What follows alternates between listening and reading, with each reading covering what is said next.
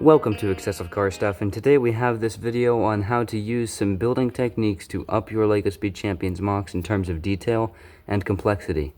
And in this video we have featured my Dodge Viper ACR, which represents the real 2017 track car that broke multiple records throughout its history. And the coolest part is that you can actually pick this one up for yourself. We have one available currently, linked down in the description, so make sure to go check that out before it's gone.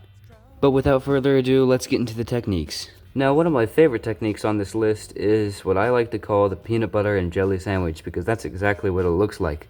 You see, you've got these two little brackets here that are on that brick, and they manage to fit together perfectly because they're inverted, which essentially makes it to where they have the same amount of distance even though they've got studs in different places. You see, I've used that here on the side of my Dodge Viper in a slightly different configuration.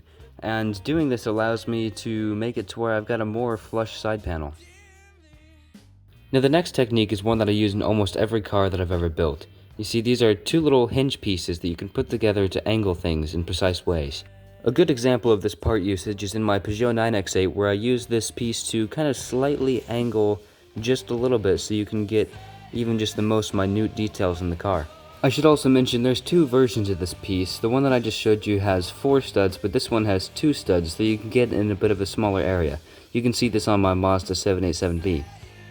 Now this one here is almost illegal, but according to Lego Studio, it's not quite. And this one is used on my Porsche 911 GT3 RS.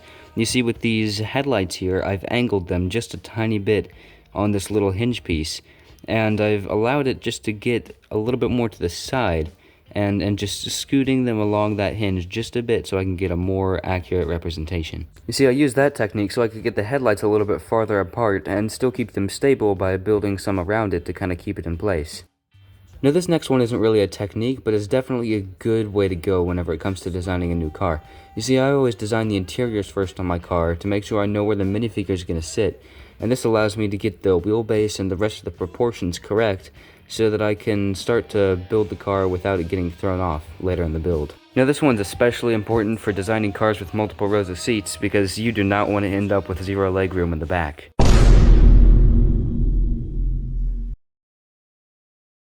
Anyway, I think the best thing that you can do for your Speed Champions car is just to up the detail a bit in any way that you can. Just add some more little tiny details like stickers and roll cages even. All sorts of little modifications that can make your car feel either a little bit more personalized or just a little bit more accurate in general. Basically, just do anything that you think is going to make your car feel a little more authentic, a little more unique, something that someone hasn't done before, because there's plenty of those things out there. You know, there's so many Mark IV Supra Mocs out there, it's hard for me to believe, but I've seen some lately that do things in different ways. They accomplish the same goal using different pieces, and I like to see that because it shows that we're thinking more instead of just copying what other people are doing. So the last technique on the list here is good part usage. That's basically whenever you take a part and use it in a way that it wouldn't normally be used in.